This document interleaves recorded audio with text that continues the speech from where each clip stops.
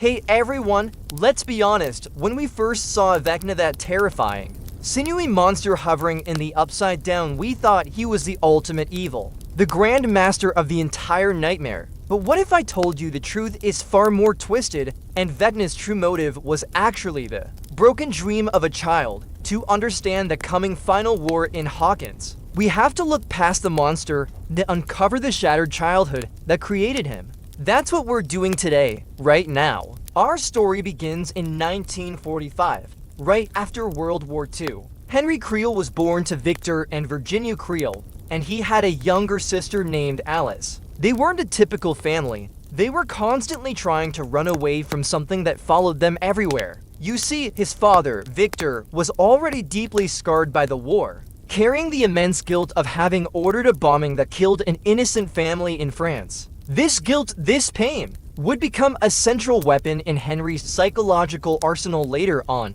Growing up in the remote deserts of Rachel, Nevada, Henry was profoundly isolated. He was a quiet, withdrawn child, disconnected from other kids. He felt different, strange, and the world felt fundamentally wrong to him. A cruel, oppressive cycle of simply living, working, and dying. He felt completely alone, yet he was also captivated by tiny things like the black widow spiders he collected in jars. He saw them as nature's true mechanism, beautiful, lethal predators bringing balance and order to an unstable ecosystem by eliminating the weak. It's a chilling thought, isn't it? He saw himself in them. Then, when Henry was just 8 years old, his life was flipped upside down. He stumbled upon a cave near the edge of town while playing alone with a small spyglass. Inside the cave, he found a shocking discovery: abandoned scientific equipment. Now, this wasn't just random gear. It was leftover tech tied to a secretive research initiative known as the Nevada Experiment. This project, spearheaded by the future Dr. Brenner,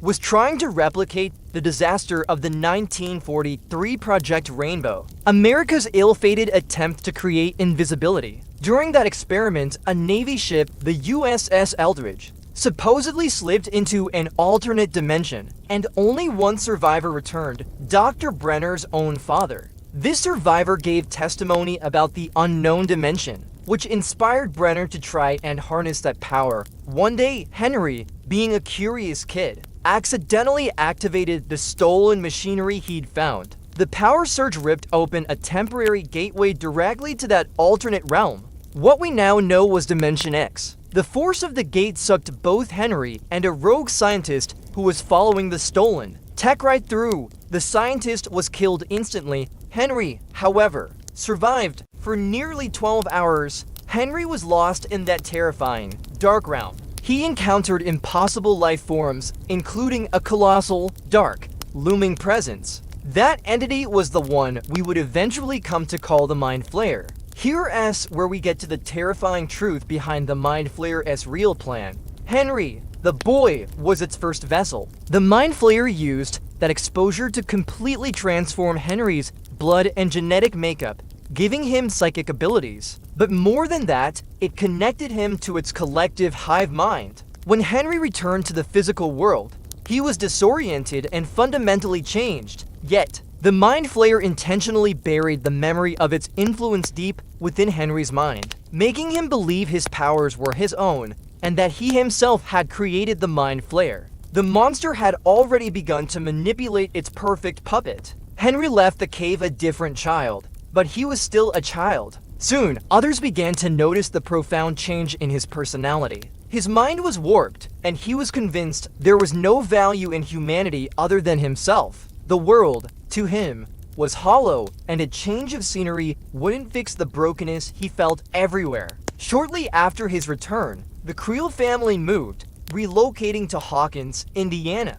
After Virginia inherited a beautiful, albeit large, house, but the darkness followed them. Henry quickly discovered a nest of black widow spiders. While most people fear spiders, Henry became obsessed, studying their lethal, silent way of life. He saw them as powerful predators that kept the weak in check, misunderstood, feared, yet essential. He found a strange comfort in them. His growing fascination led him to sketch a towering, spider-like entity And imagine apex predator imposing order on the chaotic world the same creature Max would later draw. Henry's contempt for mankind grew alongside his powers. He could move objects with his mind, a power he often tested on small animals like rabbits and squirrels, demonstrating a terrifying lack of compassion. More disturbingly, he found he could reach into the minds of others, manipulating their thoughts and memories before killing them. His first victim wasn't an animal,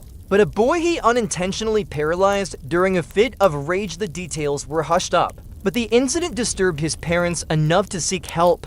Virginia, his mother, eventually suspected that Henry was responsible for these strange events. Coincidentally, she was contacted by Dr. Brenner, who had been following up on the Nevada cave incident. Virginia, under Brenner's influence and perhaps even dosed with experimental drugs, shared everything about Henry's condition. This brings us to Vecna's true motive, which, in a twisted way, was still the broken dream of a child seeking order. Henry's psychological warfare began at home. He used his powers to torment his family, showing them who they really were in his eyes. He forced his father, Victor, to hallucinate vivid, terrifying scenes related to the WWII trauma he carried. Victor was made to relive his horrible decision, convincing him the house was cursed by a demon punishing them for their sins. Victor, now paranoid and broken, believed he had to flee the demon. During a family dinner, Henry made his final move. He levitated his mother, Virginia, in front of Victor,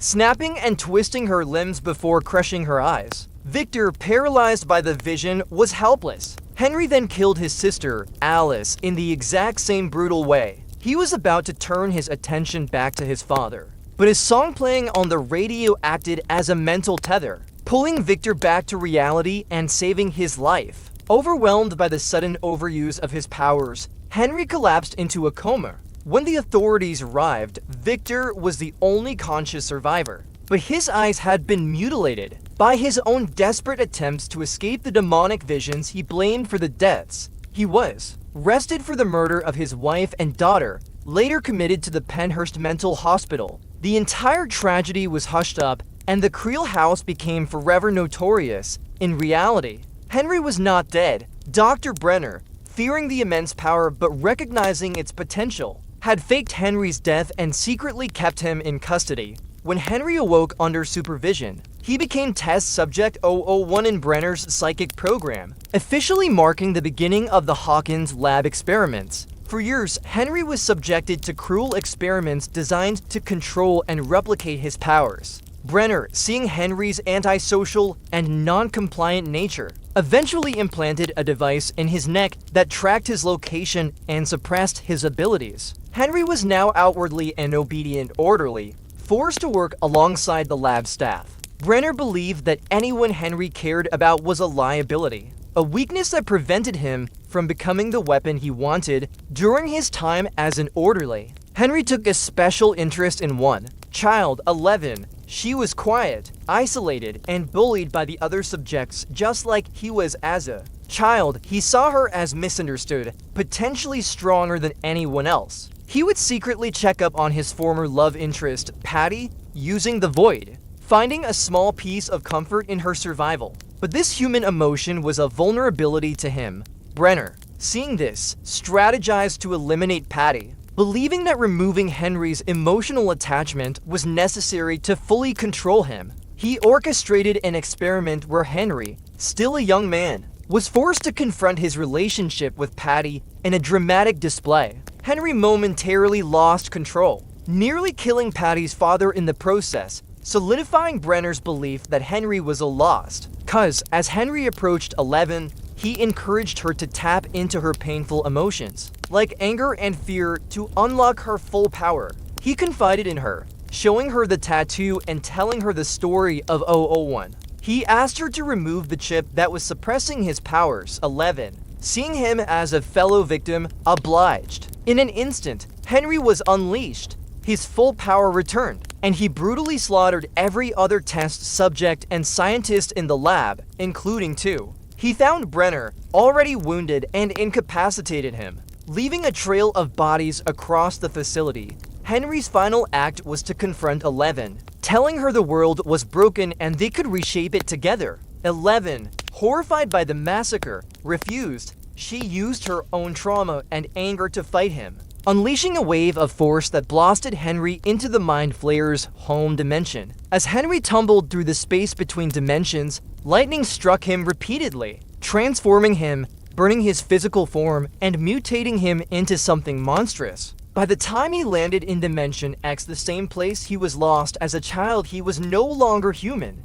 He was Vecna. Henry's appearance was now a gruesome reflection of his internal rage and the spider motif he loved. The final transformation was complete. He was in a desolate, unspoiled world, free from the human corruption he despised, but he was not alone. The gargantuan Mind Flayer, the shadow storm of particles, was there. Henry, remembering his childhood drawing of the spider, reached out with his mind and reshaped the Mind Flayer's form to resemble his own desired image, a towering, 8-legged spider, the perfect apex predator. He didn't create the Mind Flayer, he merely gave it form, becoming its consciousness, its general, but remaining subservient to the dark energy of Dimension X itself. After the events of the Starcourt Mall battle, where the Mind Flayer's physical proxy was destroyed and 11 lost her powers after being bitten, Henry was able to inherit her ability to make psychic connections across dimensions. All he needed was a psychic link from the right side up to the upside down to forcibly open a permanent gate. He chose victims who were vulnerable teenagers riddled with emotional trauma and guilt,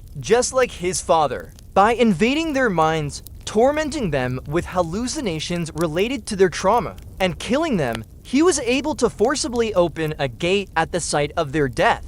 Creasy, Fred, Patrick, and Max were his targets, for victims, for gates. When Max was revived from her near-fatal attack, it was enough for the fourth gate to rip open. The fourth gate split Hawkins in a terrifying, cross-shaped wave of destruction, merging the Upside Down with our world and allowing the true Mind Flayer's armies to begin their invasion. Henry Creel, now Vecna, is still just a pawn, a vessel for the Mind Flayer's ultimate plan. But now, with the Mind Flayer connected to Vecna, he commands its army and is actively seeking to complete the invasion. The final war has arrived. If you're still with me, you now know the entire terrifying truth behind Vecna. The final war is looming, and the fate of all reality rests on what happens next. If you enjoyed this deep dive into the true history of Hawkins' darkest villain and the Mind Flayer's plan, show your support by hitting the like button. And for more deep dives into the history, the lore, and the truth behind your favorite universes,